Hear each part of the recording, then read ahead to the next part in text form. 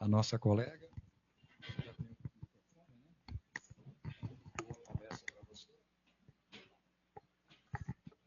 Olá, boa noite a todas e a todos.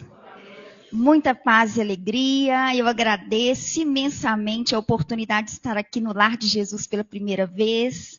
Que seja a primeira de muitas vezes. Agradeço a companhia de vocês em mais essa noite de estudos. Hoje nós vamos conversar, refletir em torno de um ensinamento direto de Jesus, que faz parte do Sermão da Montanha, mais precisamente a introdução ao Sermão da Montanha, que são as bem-aventuranças. E hoje nós vamos conversar sobre uma bem-aventurança específica, que ela é profunda e que eu tenho certeza que nós vamos sair daqui com aquela sensação de que valeu muito a pena a gente dedicar esse tempinho para refletir sobre o Evangelho.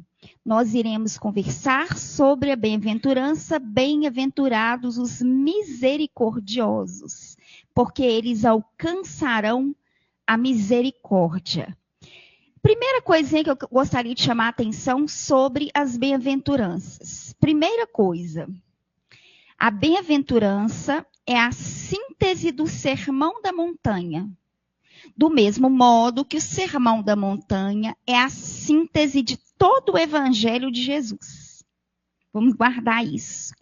Porque Jesus ensina em princípios, o que logo depois ele vai fazer um desdobramento no Sermão da Montanha, e em todo o seu Evangelho nós vamos observar cenários diferentes, e Jesus sempre trazendo os mesmos ensinos de forma parabólica, de forma direta, em forma de passagens, de narrativas.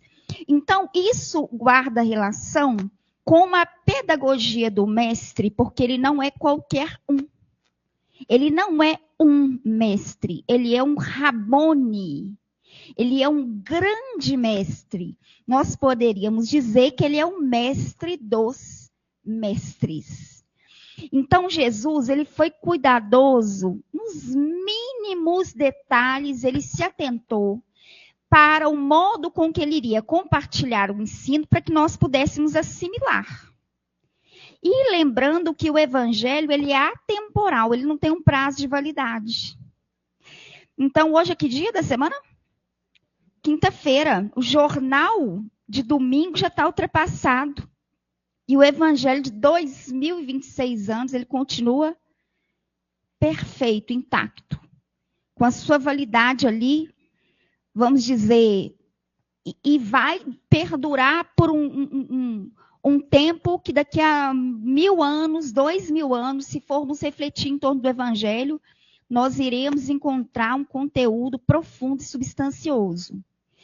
Então, é assim que a gente tem que olhar para o Evangelho, entendendo que ali se encontra princípios profundos e ali se encontra um manancial onde nós podemos desenvolver e despertar em nós virtudes e valores.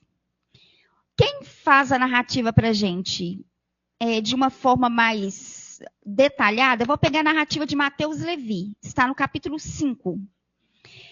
O Lucas também ele faz uma narrativa, mas ele traz alguns detalhes um pouquinho diferentes, porque cada evangelista falava com uma intenção específica. Hoje eu vou pegar Mateus Levi. No capítulo 5, Mateus Levi faz uma introdução ao próprio Sermão da Montanha. E é interessante porque ele diz o seguinte: e Jesus, vendo a multidão, subiu a um monte. E assentando-se, aproximaram-se dele os seus discípulos. E abrindo a sua boca, os ensinava, dizendo. Vamos recapitular? E Jesus, e continuidade, e Jesus, vendo a multidão. É Jesus que vê a multidão. Subiu a um monte. E assentando-se, aproximaram-se dele os seus discípulos e abrindo a sua boca, os ensinava, dizendo. O Mateus Levi ele foi muito feliz em fazer essa narrativa, porque mostra para a gente como que Jesus ele se posiciona naquele momento onde ele iria entoar um dos maiores códigos de ética para a humanidade. Porque, veja bem, o Evangelho de Jesus não é um conteúdo religioso, mas é uma filosofia de vida. Jesus era judeu, Jesus possuía uma religião. Mas o que ele vem estabelecer para a gente não é um código religioso. Conseguem perceber? É uma filosofia de vida. Qualquer pessoa pode acessar o Evangelho, estudar o Evangelho, para compreender que ali existe a revelação de uma lei que ela é fundamental para que haja harmonia, vamos dizer, numa relação de mim para comigo e de uma relação de mim para com o outro, uma relação social. Então, a gente tem que tirar da nossa ideia aquela visão de um Jesus religioso, porque isso fica muito restrito. Porque existem outras pessoas que poderiam se beneficiar do próprio Evangelho, mas vê no Evangelho como algo que é mais um rótulo religioso do que um princípio de vida, palavras de vida eterna, fonte e viva, caminho, verdade e vida, assim denomina Emmanuel na sua obra Fonte Viva. Então, as pessoas que se encontravam ali nas multidões, porque onde Jesus estava sempre multidões, sempre um grupo gigante de pessoas que de algum modo dava atenção para aquela figura, que era uma figura muito interessante, muito misericordiosa, sempre muito compassiva, carinhosa com as pessoas. O evangelista diz que é Jesus que vê as multidões. Então, Jesus sempre antecede a necessidade humana. Jesus sempre vê, ele sempre percebe a necessidade humana antes da própria humanidade perceber a sua própria condição. Então, Jesus ele vem contribuir com a segunda fase da revelação divina. Ele vem contribuir, ele encarna, não é porque ele precisava, mas porque nós precisávamos. E o evangelista diz, ele vê a multidão e sobe no monte. Evangelho ele tem o seu aspecto que é literal e o seu aspecto que é metafórico, que ele é espiritual. É muito importante que a gente faça essas duas leituras, no literal e no metafórico. O literal é Jesus subir no monte mesmo.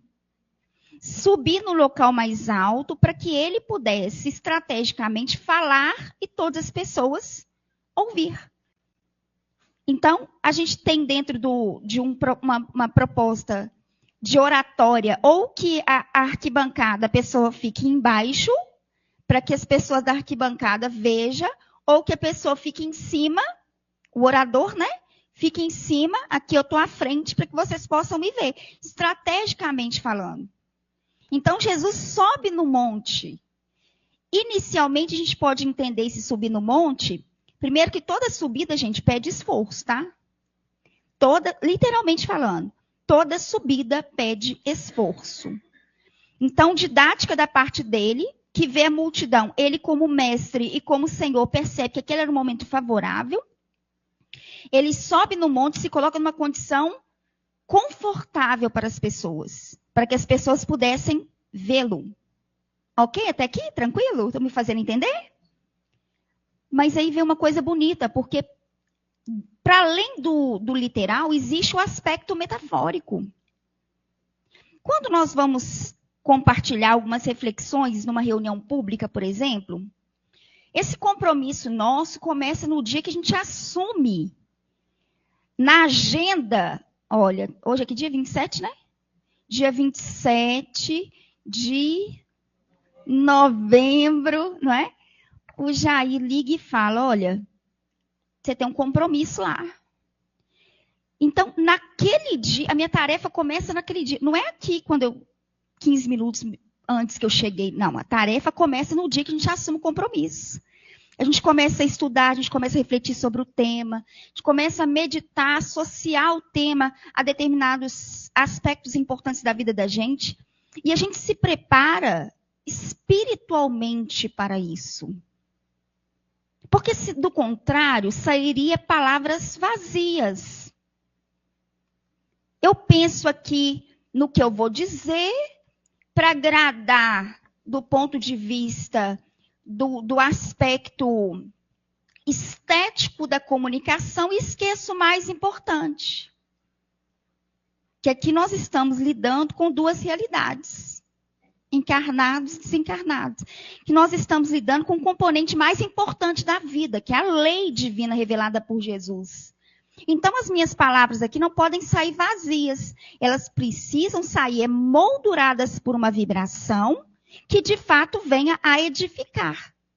Isso é um esforço nosso de seres humanos comuns, que têm os seus pontos de melhoria, mas que também possuem as virtudes consolidadas. Agora, vamos imaginar o Cristo, Jesus, entendendo que ele compartilharia naquele momento princípios que seriam para a vida toda, princípios que é de ordem atemporal. Ele dizia, as palavras que eu digo não são minhas, mas é o meu Pai que me enviou. É o Pai que, através de mim, que faz as obras. Uma coisa é fazer um trabalho que eu assumi. Eu vim aqui, é o meu nome que está envolvido. Se der ruim aqui, risca da lista de expositores.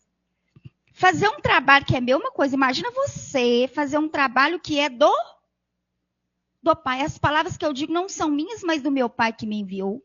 É o Pai que, através de mim, que faz as obras. Se colocando como porta-voz.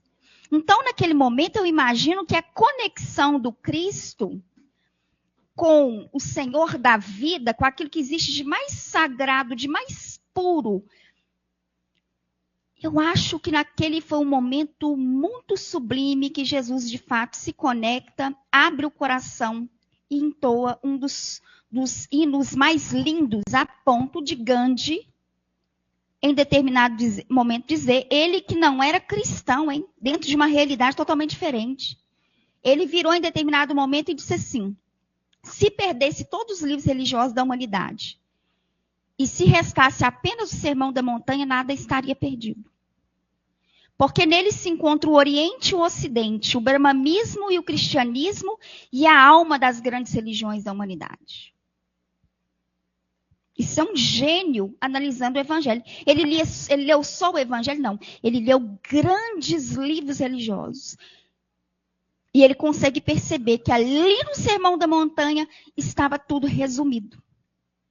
Então isso é muito bonito a gente perceber que naquele momento o Cristo de Deus, ele não se posiciona numa forma que é de autossuficiente. Não, isso aqui eu domino, isso aqui eu dou conta. Isso é coisa de pequenez humana. Que até João Batista, quando foi o momento em que ele precisava dar ênfase ao trabalho de Jesus, ele disse, é a ele que vocês têm que seguir agora. Disse para os discípulos dele que era a Jesus que eles deveriam seguir. E ele vira e diz, é necessário que eu diminua para que ele cresça. Naquele momento, Jesus sobe no monte. Eu e o Pai somos um, dizia Jesus. Eu e o Pai somos um. Ali a vontade de Deus se fazia pela presença do Cristo. E aí o evangelista diz que ele sobe no monte, depois ele se assenta. Eu acho isso o momento assim mais simbólico e importante, que dá para a gente um ensinamento profundo, porque ele se adequa à condição humana. Porque se da boca de um Cristo houvesse algo ali de compartilhamento de uma ideia sem filtro, nós não conseguiríamos absorver. Quem já leu o livro Renúncia de Emmanuel? Alguém já leu aqui? O Emmanuel, no início da obra, teve tanta dificuldade para escrever Sírios. A gente vê a dificuldade que ele tem. Por quê? Porque a narrativa de Sírios não cabia no linguajar, na nossa linguagem. Não tinha palavra, não tem no português palavras para definir o que é Sírios. E olha que não é um mundo feliz, não, tá, gente? Imagina o que é um mundo feliz. O que eu estou querendo dizer? Quando Jesus ele se assenta, primeiro que ele elimina aquela condição de autoridade frente à multidão. Isso é lindo. Isso é lindo. Se Jesus adentrasse aqui, possivelmente ele sentaria aí no meio. No meio, nem na frente, nem atrás. Porque nos dois lugares a gente tem a ênfase, né? A gente tem uma referência. Ele sentaria possivelmente no meio. Ele sempre estaria no meio da gente. Então ele fazia questão de eliminar aquela coisa do Cristo frente à multidão. Não, ali era o mestre. Então é muito bonita essa postura de Jesus de se adequar, de pensar nisso. E aí ele se assenta e logo depois se aproximam os discípulos dele. Porque o discípulo é aquele que sempre se aproxima. Hoje nós estamos nos aproximando do Evangelho. Esse movimento nosso precisa ser constante. Se a doutrina espírita é o convite da vivência do Evangelho de Jesus na sua maior pureza, como que eu vivo algo que eu desconheço? Como eu vivo algo que eu não entendo? Então, esse movimento nosso tem que ser um movimento constante, de aproximação da mensagem do Evangelho, de aproximação do Cristo. Porque o restante, gente, era a multidão. E a multidão que geralmente admirava Jesus foi a multidão que mandou soltar o Barrabás e condenar Jesus. Então não é lucro ser de multidão. O discípulo é aquele que se posiciona, que sai da condição de multidão e vira um original diante da vida, que é quando o indivíduo age, ele sabe por que ele age daquela maneira. E aí, essa foi a introdução. O Mateus Levi conta pra gente que Jesus abre a boca e ele diz: bem-aventurados os pobres de espírito. Bem-aventurados os pobres de espírito. A primeira bem-aventurança, pobres de espírito. Nós não teremos aquisição da misericórdia sem inicialmente nós desenvolvermos o nosso potencial de humildade e sabedoria. Então, a primeira é como se fosse o primeiro degrau. Bem-aventurados os pobres de espírito. Quem é pobre de alguma coisa, busca o que está faltando. Então, a primeira coisa que a gente tem que entender, nós somos ricos de espírito. O que vocês acham? Ricos? Não. É só bater o olho na sociedade para a gente ver que nós estamos bem atrapalhados. Sim ou não? A casa está daquele nível. Tudo bagunçado, porque a gente está em plena reforma, vivendo na casa, em plena reforma. Então, nós estamos ajustando. Está tudo um caos por isso. E o fora reflete o dentro. Já pensaram sobre isso? A casa, quando está bagunçada, guarda-roupa, você não acha nada? É, a casa... O fora reflete o dentro, né? Então, o que acontece? Quando ele fala bem-aventurados os pobres de espírito, porque deles é o reino dos céus, é que uma vez que eu paro para pensar sobre mim e reconheço assim, não está tendo misericórdia na minha intimidade, não. Eu não tenho andado tão mansa como o Evangelho propõe. E a pobreza de espírito aqui está passando longe. Porque pobreza de espírito a gente tem. A questão é o reconhecimento dela. Não é? Porque pobre de espírito todo mundo é. Se nós fôssemos ricos em espírito, nós estaríamos possivelmente nas esferas superiores. Então nós somos pobres de espírito. Mas se reconhecer é outra coisa. Se reconhecer ignorante é outra coisa. Tem gente que gosta de imitar Sócrates. Aí já vou dar uma notícia ruim. Lembram do Sócrates? Que vai consultar o oráculo, bate o olho no templo de Delfos e lê. Conhece-te a ti mesmo e conhecerás os deuses e o universo. Lembram? Tranquilo? Quando ele entra lá, a Sibila pergunta para ele, olha, dizem que você é um sábio, o que você sabe? E aí o que ele responde? Só sei que nada sei. Faz muito sentido Sócrates dizer isso, gente. Não faz o menor sentido a gente dizer. Deu para ter uma ideia, sim ou não? Ele era o sábio que olhava para o horizonte e percebia o quê? Nossa, mas tem um universo de coisas que eu ignoro. Ele olhava para trás, ele já percebia um longo percurso, mas ele olhava para frente e via um percurso, então ele estava em algum lugar. Um Sócrates dizer, só sei que nada sei é uma coisa. Eu dizer, não faz o menor sentido. Então, o reconhecimento dessa pobreza é fundamental. Por isso que não existe aquisição de virtude sem autoconhecimento. Uma vez perguntaram para o Emmanuel assim, está na obra O Consolador, perguntaram para o Emmanuel assim, em matéria de conhecimento, qual que é a maior necessidade da criatura humana? Em matéria de conhecimento, qual que é a maior necessidade da criatura humana? Comumente, quando eu vou ler um livro pela primeira vez, não é o caso do Consolador, que é um livro que eu leio muito, é um livro que, gente, vale muito a pena adquirir o Consolador de Emmanuel, tá? Porque é um livro profundo, um livro complementar ao livro dos Espíritos, que quer de pergunta e resposta também, vale muito a pena. Então, anotem aí para vocês comprarem. O Consolador. Primeira vez que eu li, eu costumo, quando eu estou lendo um livro novo que tem pergunta, eu tampo a resposta, penso primeiro para tentar tirar de mim o que eu entendo sobre o assunto, depois faço uma comparação.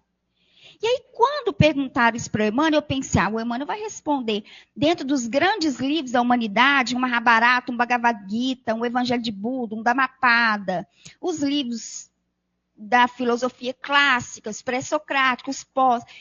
Fui pensando, falei, não, acho que o Emmanuel vai dizer que é o Evangelho. Em matéria de conhecimento, a maior necessidade da criatura humana é conhecimento do Evangelho. Eu pensei por mim. O que o Emmanuel responde? A maior necessidade da criatura humana é o autoconhecimento, é o conhecimento de si. Aí eu fiquei pensando sobre aquilo, eu falei, genial, Emmanuel. É verdade, porque ainda que eu assimile o conteúdo do Evangelho, ainda que eu memorizo, ainda que eu reflito sobre ele, ainda que eu vire assim, uma pessoa assim, vamos dizer, próxima do texto, se eu não tiver uma noção do que eu sou, ou pelo menos de como estou, eu faço o que com o Evangelho? Nada. Então, a primeira coisa que ele propõe para a gente é o seguinte, nós precisamos criar um estreitamento, uma relação estreita conosco mesmo. Olhar para dentro de nós e perceber. E isso Santo Agostinho falava que ele fazia isso no final da noite, mas é algo que nós podemos fazer a todo momento, que é a própria proposta oriental. Da filosofia budista, por exemplo, que é a meditação ativa. O que é a meditação ativa? Eu estou aqui falando, mas tem uma outra Rose que está analisando aqui. Ó. Rose, explica isso melhor, que isso aí não vai ficar bem compreendido, não. Rose, usa essa expressão aqui que é melhor do que a outra. Então, é como se eu fosse espectadora de mim mesma. Olha, esse tom saiu arrogante. Uai, isso diz muito sobre mim. E aqui um ato falho. Aí o Freud já diz, né? O ato falho. Fale coisa nenhuma. Ih, falei, pensei em pensar. Ainda bem, que a boca fala do que está cheio o coração. Não é? E aí você vai, no dia a dia, percebendo como que você age aqui, como que você age ali. Isso também é recurso de autoconhecimento. Partindo disso, a gente compreende que a pobreza espiritual é o princípio, é o primeiro degrau. E aí, ele não fala bem-aventurados os pobres de espírito e depois bem-aventurados os misericordiosos. Porque o misericordioso está lá na frente. Não tem como a gente alcançar o quinto degrau sem o primeiro, segundo, terceiro e o quarto. Como é que eu vou ser pacificadora se eu não sou mansa? Como que eu vou ser pacificadora se eu não sou misericordiosa? Faz sentido para vocês? Por quê, gente? O pacificador é o que implanta a paz. Se eu tenho um coração armado, como que eu posso ser pacificadora, gente? Se eu não tenho misericórdia, o que é misericórdia? Vamos começar a entrar no tema. Os espíritos explicam para a gente, aí eu vou pegar algumas referências aqui para a gente, mas assim, não precisam memorizar o número, não, que isso não importa muito, não. O mais importante é a essência do ensino. Os números não são importantes. A gente passa o número da questão, porque às vezes a pessoa gosta de anotar, estudar depois, chegar em casa ler de novo. Então a gente tem que passar mesmo, né? Até mesmo para mostrar a fundamentação do raciocínio. Mas algumas questões, como por exemplo, a 886, a 887 do Livro dos Espíritos, a 886 perguntaram, o professor Allan Kardec pergunta para os espíritos superiores qual o sentido da palavra caridade como entendia Jesus.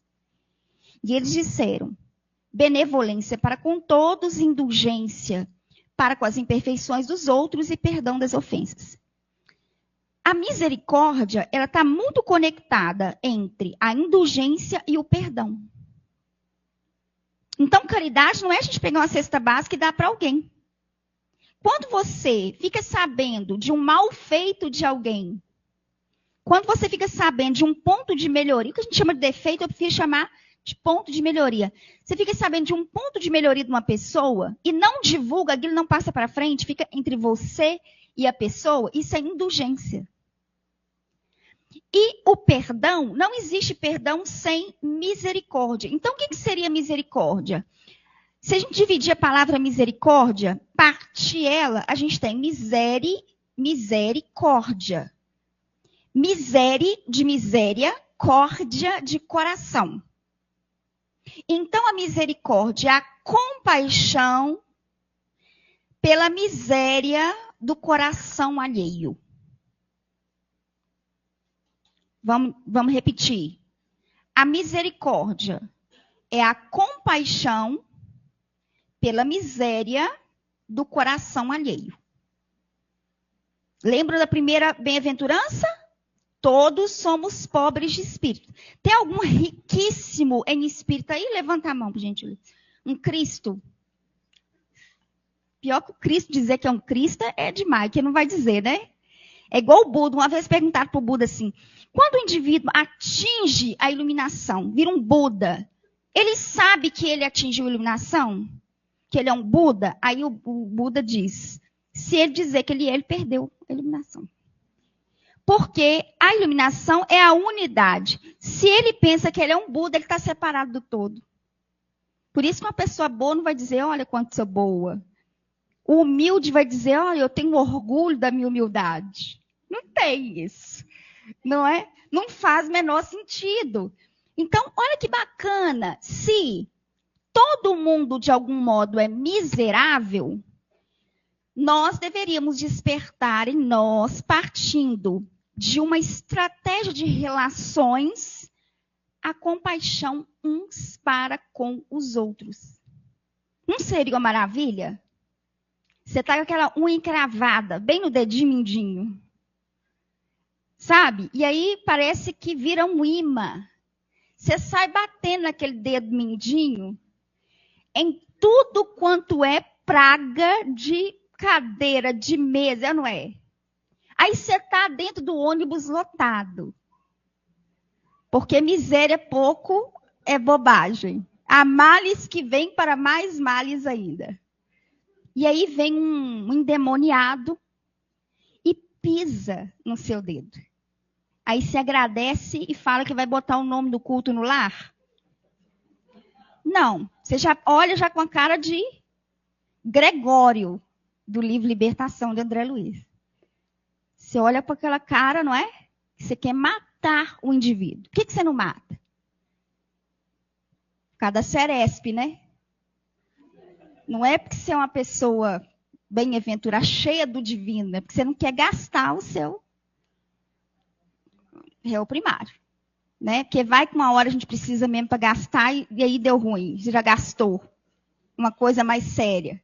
O que eu estou querendo dizer com isso? Por mais que a gente ache lindo a misericórdia, na hora que alguém pisa no seu dedinho mindinho, está machucado, estou dando esse exemplo aqui, mas pode ser outra coisa. Pode ser coisas até menores, que doem mais. Às vezes uma colocação infeliz do outro, uma fofoquinha que a pessoa fala, não, só estou comentando.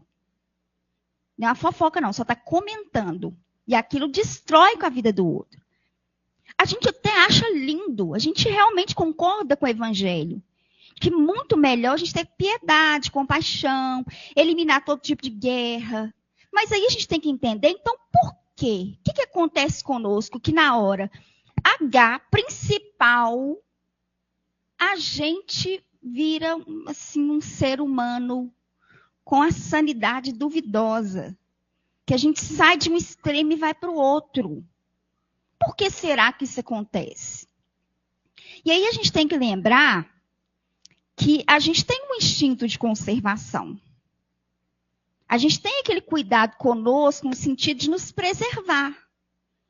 Mas a questão maior, que eu acho que acontece comumente, é isso ir para um extremo muito grande e a gente passar a olhar para o outro como se o outro fosse um obstáculo à nossa própria felicidade. Como se o outro fosse nos roubar alguma coisa. Como se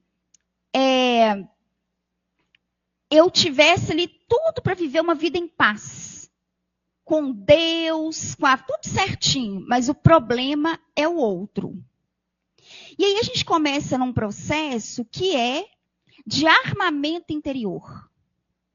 E aí a pessoa começa a justificar a sua inquietude, a sua irritabilidade, a sua infelicidade por causa da mãe, por causa da sogra, por causa do pai, por causa do cônjuge, e nisso vai, dentro de um processo.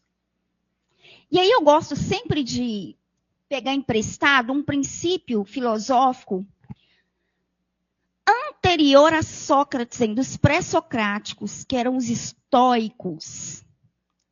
Todos eles, Zenão de Cite, Marco Aurélio, Sêneca, Epiteto, disseram uma coisa maravilhosa, que era o seguinte: a gente não tem que sofrer por algo que a gente não pode controlar.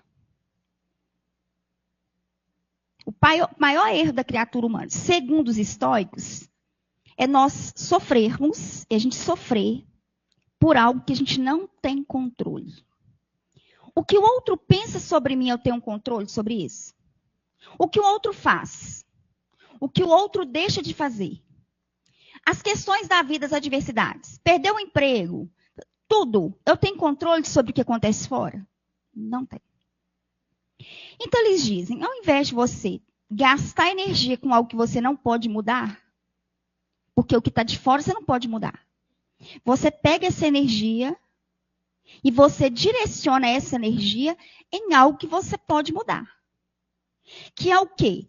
Como eu me posiciono sem esse princípio? Aí eu vou apelar, vou ficar chateada, vou ficar com o ego ferido, vou levar para o pessoal. A questão é com a pessoa, eu levo para o pessoal. Eu fico 2 meses com raiva da pessoa, com ranço da pessoa. Se eu direciono a minha energia olha, eu não tenho como fazer isso, mas eu vou agir de uma forma diferente. Então, eu não tenho como controlar o que me acontece, mas eu tenho como controlar como eu reajo ao que me acontece. Você passa uma pessoa na rua, a pessoa nem olha para você direito. Aí o outro já fica, lá, fulano, antipático. Passou perto de mim, nem olhou para mim, a pessoa está cheia de problema, nome no Serasa. Os meninos tudo daquele nível, a pessoa está cheia de problema. Aí a pessoa que pensa que é o solzinho, porque às vezes o ego, ele é terrível, né? Gente, nem tudo é sobre a gente. Vamos guardar isso. Na verdade, não sei se eu falo, para a gente não sair daqui deprimido, mas quase nada é sobre a gente. Para não falar nada. Fulano está mal-humorado, te dá uma resposta, isso diz sobre ele. Isso não tem nada a ver com você. Não leva o pessoal, não. É uma traição. Isso tem a ver com a pessoa. A pessoa queria fazer um bem para ela, não um mal para você. Tudo a gente leva como se fosse uma coisa contra a gente. É muito ego, né, não? Porque a gente não tem noção do tamanho próprio. Nós não somos tão assim a ponto de todo mundo ficar querendo. Tem gente que fala, mas tanta gente com inveja de mim. Eu dá vontade de perguntar, de quê, filhinha? De quê? Não estou aguentando nem pagar os boletos. A pessoa está com inveja. Ninguém tem inveja de ninguém, mas todo mundo tem inveja da pessoa. É o ego inflado. Vão baixar a bola. Isso a gente aprende com a doutrina e aprende com o Chico. O dia que o Chico ficou muito afetadinho, gente, os casos do Chico é muito legal, né? Não? Mas tem que ter um nível do Chico para aguentar também. Para aguentar Emmanuel. Vocês queriam ter um mentor igual o Emmanuel? Pesado, né? Olha essa aqui do Chico, quando ele ficou muito assim. O Chico ele ficava observando a condição dele, observando a condição daqueles que ele convivia, né? Que eram espíritos de alta envergadura. Aí tinha hora que ele ficava assim, meio com o eguinho dele, meio ferido, assim, aquele sentimento de menos-valia, né? Se sentindo pequeno demais. Aí ele ficava assim, às vezes ele ficava assim, eu me sinto um verme. Ele ficava dando umas dessa. Não sou ninguém, sou um verme. Um dia o Emmanuel não aguentou. Porque o Emmanuel era assim, você falava uma na terceira vez, ele falou, não, minha paciência já estourou. Tô brincando, ele não fazia assim não. Aí o Chico repetiu isso. Mas tem hora que eu me sinto um verme. Emmanuel apareceu e falou, Chico, toma cuidado se você se comparar com o verme, viu? Porque o verme está cumprindo o seu dever.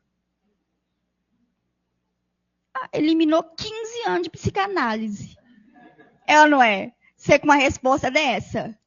Eu lembro uma vez, uma amiga minha psicanalista estava contando que ela estava fazendo análise no início da carreira dela e tudo. Aí ela muito assim, culpada, porque eu fui o motivo da separação dos meus pais. Ela vivia repetindo isso. Teve um dia que a psicanalista dela não deu conta, virou para ela e falou, mas que poder que você teve, hein? Nunca mais ela falou. Falei, mas você está atribuindo um valor muito grande. Você destruiu uma relação de 30 anos. Não, mas que poder. Ela não percebia, não.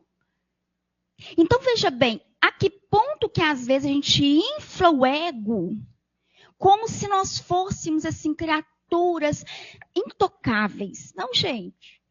Não levar para o pessoal. Então, ao invés de lutar contra algo que está fora de nós, que às vezes é do outro, é da vida, são circunstâncias e situações, é movimentar a mesma energia para trabalhar com algo que eu posso mudar, que é o meu bom humor, que é como eu vou lidar com as situações. Olha, eu posso surtar, mas eu posso passar também com a dignidade que o Evangelho me propõe. Que eu sou só mais uma na fila do pão, não sou melhor do que ninguém, está todo mundo aí na luta. Por que a gente espera que a gente tenha uma vida melhor do que a dos outros? Então, isso aí é muito bacana para a gente perceber que a misericórdia, na medida que a gente vai buscando um autoconhecimento, sabe aquelas pedras que a gente tinha na mão para apedrejar os outros, para enfatizar o erro do outro, tipo balanço geral, cidade alerta. Vocês não assistem a porcaria, não, né? Eu sou obsessora daquele jornal, gente. Eu falo mal dele em todo lugar que eu vou, porque não existe um mau gosto maior que aquele. Então, a pessoa está ali, ela pega todo o desequilíbrio dela, da vida dela, de outras questões, descarrega tudo ali. Quando ela se depara com uma notícia. E acha que está fazendo uma grande vantagem, né? Pegando aquelas pedras e jogando em pessoa. Veja bem. Quando você começa num processo de investir no autoconhecimento, essas pedras você larga pelo caminho. Porque se você for falar de lei, como dizia Chico, a única diferença entre nós e quem está na Ceresp é que ele foi pego antes da gente. Se eu me conheço e sei das minhas infrações, eu não vou falar de lei. Porque se eu for falar de justiça aqui, gente, a primeira que vai ser algemada aqui sou eu. E tem gente que quer que a justiça se faça na vida do outro. Quando o Evangelho diz, bem-aventurados que têm fome e sede de justiça, é justeza de atos. Então, essa noção do nosso próprio tamanho faz surgir na gente o quê? Misericórdia. Você percebe que a miséria que está em você, a miséria que está no outro, e está todo mundo junto na mesma luta, fazendo o que dá conta. Tudo bem que tem hora que a gente podia fazer um tiquinho mais. Mas a gente está aprendendo a fazer as coisas. A gente está com um pouco de mais de atenção. Algumas pessoas não, são sem noção, mas vão caminhar também. Vamos ter um pouco mais de cuidado antes de falar as coisas, né? Porque tem gente que abre a boca e não tem filtro. Fulano corta o cabelo e fala, nossa, não gostei. Gostava de como era antigamente. Aí vê que fulano engordou uns 2 quilinhos, você está grávida. Você engordou, não é um povo sem noção? Um povo chato, né? Tem gente que é chato de natureza. Então, até o chato pode ser menos chato. Aquele povo que adora falar da vida, mal da vida alheia, tem que substituir por falar bem da vida alheia. Já que adora falar da vida alheia, ao invés de falar mal, fala bem. Agora, como que essa ficha cai em nós? Na medida que a gente vai adentrando na nossa intimidade, vai percebendo, nossa, hoje fiz todo o esforço para acertar e ainda assim deu uma vacilada. Pois é, isso é o que nos humaniza. É isso que nos humaniza. Quem aqui nunca deitou a cabeça no travesseiro com a consciência fritando e pensou, meu Deus, por que eu fiz isso? Pensa na quem comete crimes hediondos.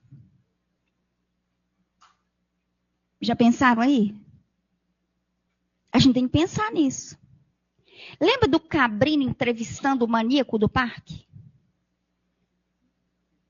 Eu acho interessante que o povo tem uns nomes, né? Francisco de Assis, o nome dele. Tem tudo a ver, igual João de Deus, né? João de Deus. Eu adoro estudar sobre a mente dos psicopatas, né? Porque eles são figuras interessantíssimas. E aí, o Cabrini entrevistando o maníaco do parque, o Cabrini pergunta para ele, e ele fala uma questão específica que eu não vou entrar nesse aspecto. E aí o Cabrini perguntou para ele, se fosse a sua filha? Aí deu aquele silêncio. Procura essa entrevista do Cabrini com o maníaco do parque. Hoje não. Senão vocês vão sonhar. Amanhã, outro dia. À noite não pode assistir essas coisas, não. E se fosse a sua filha? Para fazer isso aí, se fosse a sua filha? Ele parou, olhou para o Cabrini e perguntou, e se eu fosse seu filho? Genial. Porque o maníaco do parque tem mãe. Ah, mas nós vamos fazer o que? Passar pano? Não, para isso tem justiça. Você pega um delito, você liga para onde? 190. É com a justiça, não é conosco. Daí que muda tudo a questão. Porque se a gente for parar para pensar naquele que poderia julgar e condenar a qualquer um, e ele não fez. Não fez porque o coração dele era repleto por misericórdia. Veja bem, a misericórdia guarda relação com a lei de justiça, amor e caridade, gente. Mas é a justiça, repito, é a justeza de atos. Ah, mas fulano deu o pior dele e você vai dar o pior de você? Ele é um psicopata. Você quer se igualar a um psicopata? Estou me fazendo entender, sim ou não? É o meu próximo livro, é Psicopatia e Reencarnação. Às vezes o indivíduo, dentro de um processo patológico, que ele nasceu com ele, comete um crime hediondo. Por quê? Porque ele é quase um animal. Ele não sente. E a gente que sente, às vezes, quer um comportamento para se igualar. Entendi, não faz o menor sentido. Por isso que o Evangelho propõe, e aí na questão 887 do Livro dos Espíritos, quando o professor Allan Kardec pergunta assim, Jesus ensinou a amar os vossos inimigos, mas isso não é uma coisa impossível, você amar o inimigo? E aí, os espíritos superiores respondem, mas o amor que Jesus propôs não foi um amor da afeição pelo indivíduo. A gente não tem que gostar de um indivíduo que foi lá, matou 38 pessoas, de forma cruel. Não é isso. Ele deu o que ele tinha para dar, você dá o que você tem para dar. E aí que entra a questão, o que eu tenho para dar? Eu vou despertar o pior de mim? Porque o que propõe Jesus é a gente pagar o mal pelo... Nesse caso do psicopata, não tem como liberar. não tem como voltar à sociedade. Segundo especialistas, é um indivíduo que o sistema prisional seria o mais adequado para limitá-lo de continuar cometendo delitos. Isso para que aquele indivíduo não se comprometa mais e não cause uma desarmonia na sociedade. Mas um psicopata jamais poderia voltar, porque senão ele volta a cometer o crime. Então, nesse caso, a misericórdia é o quê? É a detenção. Estão me fazendo entender? Porque às vezes a gente pensa que o sofrimento, a dor é uma coisa. Gente, a dor, ela é fundamental para a gente, porque nos limita de nos comprometermos ainda mais diante da vida. Por isso que, às vezes, a gente passa por processos delicados em relação à dor, para a gente se humanizar. Para a gente colocar o pezinho no chão, porque às vezes a impressão que dá, analisando, não só me analisando, mas analisando toda a impressão que dá, é que nós somos pessoas de conduta ilibada. E que exige excessivamente dos outros que tenham um comportamento também ilibado. Mas não tem conduta ilibada nem de um lado, nem de outro. Por quê? Porque nós estamos lidando com espíritos em condições mediana, para não falar outra coisa. Porque dentro da classificação dos espíritos lá que o professor Allan Kardec estabelece, você tem os, lembram? Imperfeitos, os bons e os puros. Puros a gente não tem, mas e o bom? Tem alguém bom aqui? Então nós estamos onde, gente? A gente e o maníaco do parque junto no meio. É tudo imperfeito, gente. Não adianta a gente pensar que não, tem pecadinho e pecado. Não, gente. Tem gente que tenta dar uma arrumada na lei. Não, é tudo é filho de Deus, estamos na mesma condição. A gente tem que olhar para o lado e falar, misericórdia, Nossa Senhora. Né? É a grande mensagem de Jesus na cruz. Já pensaram nisso? Que é Jesus? Jesus de Nazaré na cruz, um Cristo, um puro, um cordeiro purinho, purinho. Tanto que ele disse em determinado momento assim, se ao ramo verde fazem isto, o que não farão ao ramo seco. Se a ele fazia tudo aquilo, fizeram tudo aquilo, ele, ramo verde, pura vitalidade, imagina a gente que é ramo seco. A grande mensagem de Jesus na cruz, vocês já pensaram sobre isso?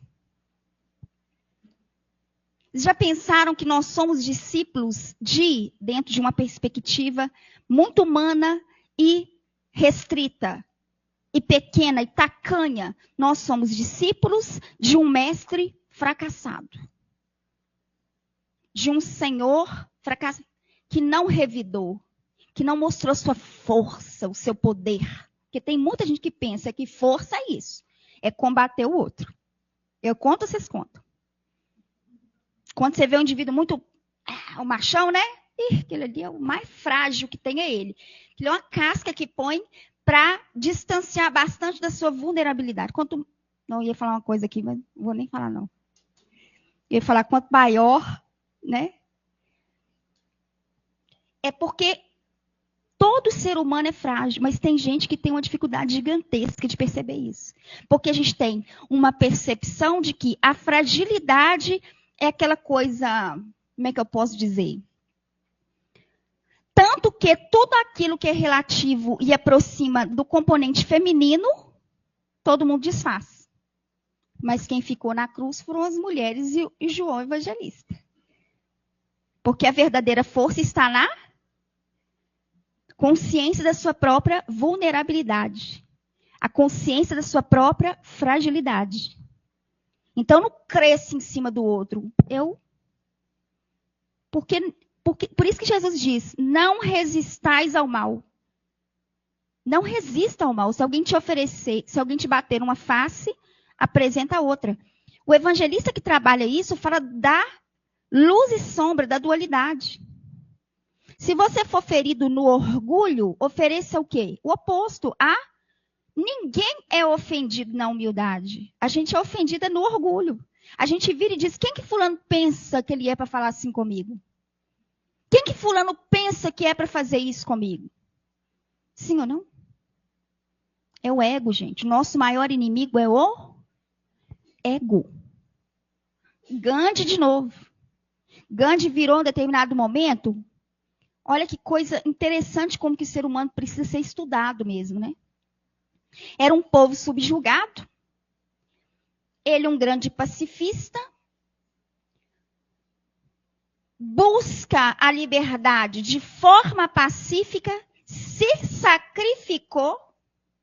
E se sacrificou para conscientizar um grupo todo. O povo se dividiu, começou a guerrear entre eles. Para a gente ver que é uma neura. Não tem a ver com os outros, né? Tem a ver com a gente, né? Um processo de armamento interior. O que o Gandhi fez? Falou, eu vou ao Paquistão. Aí o pessoal ficou apavorado. Falou, não, Gandhi, mas para que você vai fazer isso? E ele disse, eu vou ao Paquistão para mostrar para os hindus daqui e os muçulmanos de lá, que os únicos demônios que existem são aqueles que residem nos nossos corações. E é lá que a nossa batalha tem que ser travada. Os únicos demônios que existem são aqueles que residem nos nossos corações. Jesus, na cruz, está dizendo, antes ser vítima do que algoz. É muito melhor ser vítima. É muito melhor ser ferido do que ferir. A gente tem que agradecer por ser ferido, porque pior é para aquele que fere, que destrói, que mata, sim ou não? Não só dentro de uma perspectiva que é de imortalidade da alma, que é reencarnacionista, mas a pessoa que ela causa a destruição para a vida dos outros, não, a pessoa não se mantém de pé. Ela não tem mais vida, gente. Ela não tem mais vida. Ninguém tem uma vida, deita a cabeça no travesseiro, fica em paz. Não fica. Não fica. A gente vê as narrativas aí do indivíduo que é atormentado pelo próprio fantasma da culpa. Porque se tem uma coisa que a pedagogia divina foi muito sábia, foi por instalar um juiz que não está fora, tá, gente? Está dentro. Instaurou na consciência da gente. Onde está escrita a lei de Deus? Na consciência. Onde você vai, a lei está lá. Então é a lei que regula. A gente sabe, quando a gente dá uma vacilada, a gente sabe que vacilou. A gente sabe. E quando nós temos noção do prejuízo que é a gente causar destruição na vida do outro, tirar a paz do outro, causar prejuízo de toda a ordem, não só é desagradável o fato em si, como a repercussão daquilo. No sentido da pessoa pensar, nossa, mas isso quando a pessoa cai em si, né? Porque quando não cai, a vida vai fazer o trabalho de tentar acordar naquele ser o mínimo de arrependimento. Porque sem arrependimento não tem mudança. Né? A gente aprende isso lá no livro Céu e Inferno, Código Penal da Vida Futura. Quando a gente infringe uma lei, toma consciência daquilo, primeira coisa é o arrependimento. Depois vem a expiação. E aí, acabou? Depois tem a reparação. Mas uma pessoa com o coração voltada para o ódio, às vezes nem arrepende. A vida vai ter que dar aquela chacoalhada na percepção. Vai ter que usar de recursos. Aí vem os mecanismos da dor. Volto a repetir, porque a dor nos humaniza. E aí a gente para pensar o que não deveria ser feito, o que poderia ser feito melhor. Gente, tem uma figura que ela é importantíssima, vale muito a pena conhecer, que é o Jesus Gonçalves. Vocês já ouviram falar do Jesus Gonçalves? Ele foi um indivíduo que ele era do São Paulo, interior de São Paulo. Ele contraiu lepra. Ele era ateu, um coração bem assim, endurecido, ateu. E ele contraiu lepra. Ele teve 2 esposas, as 2 espíritas. A primeira esposa desencarnou, ficou viúva. A segunda esposa ele desencarnou também. E no dia do enterro do corpo dela, aconteceu algumas manifestações, alguns fenômenos mediúnicos, que começou a trabalhar na intimidade dele, a veracidade de uma vida após a desencarnação e também de uma perspectiva mais espiritualizada na vida. Logo depois ele contraiu lepra. E aí ele foi para o leprosário. Numa época de muita dificuldade, né, dos leprosários e tudo, que a pessoa ficava totalmente afastada da sociedade, né? E aí, gente, ele passou por um processo muito desafiador, porque ele teve o corpo dele todo corcomido pela lepra. E aí, quando ele vai acessar, porque a gente tem acesso às informações do porquê que ele passa por todo aquele sofrimento, é depois que ele desencarna e ele dita ao Chico algumas mensagens e conta a sua experiência. Ele foi um indivíduo de guerras. Durante muitas encarnações, ele fazia um bom planejamento, depois ele se vinculava ao poder e ele causava destruições em massa. Então, quando ele chegava na erradicidade, no mundo espiritual, ele se deparava com os crimes que ele tinha cometido, porque lá, gente, a nossa percepção é outra, tá? A gente mergulhado na matéria aqui, às vezes a gente fica igual aquele bebê que está chorando, aí a mãezinha e o paizinho vai lá, balança um chocalho, a criança distrai. Aqui não dá para distrair, gente, a gente tem que estar muito atentos a isso. Quando ele chegava lá, ele se deparava com horror. Foi assim, ele foi o Alarico I, Alarico II, depois ele veio na igreja. Aí, gente, pensa na destruição, porque era poderoso e falava em nome de Deus. Depois que ele teve essa experiência na igreja, que ele chegou no mundo espiritual, ele falou, não, agora não tem jeito. Eu vou falir de novo. Se eu não pedir um recurso, algo para frear o meu impulso, minha paixão pelo poder, eu vou falir de novo. E ele reencarnou, e não foi uma nem duas, foram 3 reencarnações que ele contraiu a lepra. Foi o que limitou. E aí, uma vez o Divaldo passando por um processo muito complexo de obsessão, estava no cantinho assim do quintal da casa dele, fazendo uma oração e pedindo a Deus para livrar ele daqueles obsessores, daqueles espíritos perversos, né, que ficavam atormentando ele. De repente ele olha para um lado, ele vê um espírito horroroso, em partes enfaixadas, todo corcomido pela lepra, um corpo muito defeituoso. Ele pensa assim, meu Deus do céu, estou pedindo a Deus para ficar livre do obsessor, gente. Aparece logo um aqui. Aí o espírito leu o pensamento dele e falou, Divaldo, eu não sou um anjo, mas também não sou um demônio. E aí virou para ele e falou, olha, eu estou aqui para te contar a minha história e tudo. E virou para o Divaldo, falou com o Divaldo, seu Divaldo, vai ao leprosário, Divaldo, falar do evangelho, da doutrina espírita, para as pessoas que estão lá, estão sofrendo tanto. O Divaldo tinha pânico de lepra. Divaldo tinha pânico. O Divaldo olhou para a cadeira e falou, não vou não. Não vou de jeito nenhum, tem pânico de lepra. Aí o Jesus insiste, não, Divaldo, vai lá no leprosário. Aí o Jesus, depois de muita dificuldade do Divaldo, falou, ô Divaldo, ou você vai ao leprosário ou vai para, você decide. E aí contou para ele que eles estiveram juntos em guerras, destruíram em massa. Ele falou, você pode escolher, ou o amor que cobra a multidão de pecados, ou então você por medo fica aí e vai contrair a lepra do mesmo jeito. Ele falou, onde que é o endereço do leprosário? Já pegou logo o endereço e foi. E o Divaldo ia conversando com ele contando, o Divaldo percebeu uma metamorfose na figura, no perispírito dele. E naqueles lugares onde a lepra tinha destruído o seu corpo físico, era onde saía jatos luminosos, devido à aquisição de virtudes e valores que ele começa a desenvolver, adquirir. Não foi porque ele foi leproso, não, gente, porque ele foi bom. Porque a lepra não foi suficiente para barrar ele. Ele foi um verdadeiro gigante no movimento espírita. Uma figura extraordinária. Eu sugiro que vocês procurem aí pela história de Jesus Gonçalves, que é um espírito que mostra para a gente que a misericórdia é sempre o melhor caminho. Eu agradeço imensamente a atenção de vocês. Até a próxima, se Deus quiser. Obrigado, Rose. Agradecemos a Rose pela palestra.